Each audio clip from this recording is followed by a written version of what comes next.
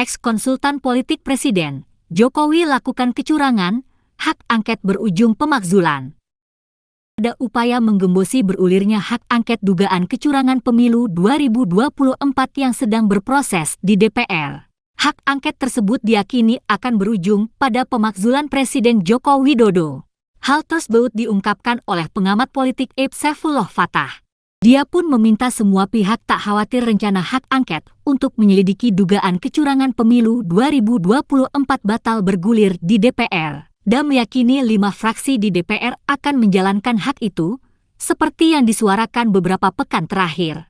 Soal hak angket itu jangan khawatir, seperti ada rumor 5 partai pecah, dan seterusnya. Asumsikan saja bahwa memang setiap pihak sedang bertarung dan berusaha membuat lawannya masuk angin, kata Abe dalam acara The Most Festival omon-omon soal oposisi yang ditayangkan di YouTube, dikutip Kompas.com, Minggu, 10 Maret 2024.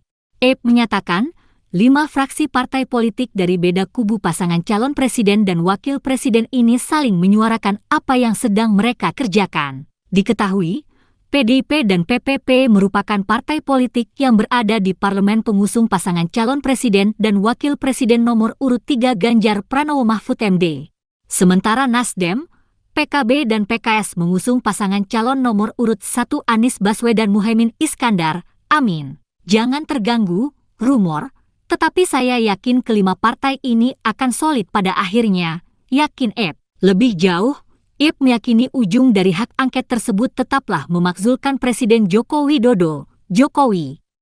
Presiden Jokowi, menurut dia, telah melakukan pelanggaran sejak awal tahapan pemilu 2024 di mana mengubah konstitusi tentang batas usia Capres-Cawapres untuk meloloskan sang anak, Gibran Rakabuming Raka maju dalam Pilpres 2024.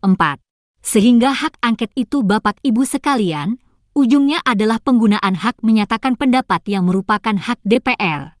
Hak menyatakan pendapat ini kalau targetnya pemakzulan, maka bunyinya kurang lebih adalah Presiden Joko Widodo sebagai penyelenggara negara terbukti telah melakukan pelanggaran terhadap Undang-Undang Dasar 1945 pasal sekian ayat sekian dan seterusnya dan dalam konteks itu melakukan pelanggaran terhadap sejumlah undang-undang berikut, UU nomor sekian dan seterusnya, ungkap Abe. Abe menjelaskan, membeberkan proses lanjutan dari hak menyatakan pendapat itu di mana mekanismenya diatur hingga meliputi jangka waktu. Maka hak menyatakan pendapat DPR ini ketika disahkan di sidang paripurna DPR bisa dilanjutkan dengan klausul pemakzulan dengan diajukan secara materi ke Mahkamah Konstitusi. MK dikasih waktu selama-lamanya 90 hari untuk memprosesnya secara materi sampai kemudian mereka ke kesimpulan atau keputusan apakah memang pernyataan pendapat DPR itu secara materi bisa diterima, ujar dia. Maka jika itu yang dijadikan putusan MK, berlanjut ke MPR dan MPR punya waktu selama-lamanya 30 hari untuk menyelenggarakan sidang istimewa menindaklanjuti, sambung Abe.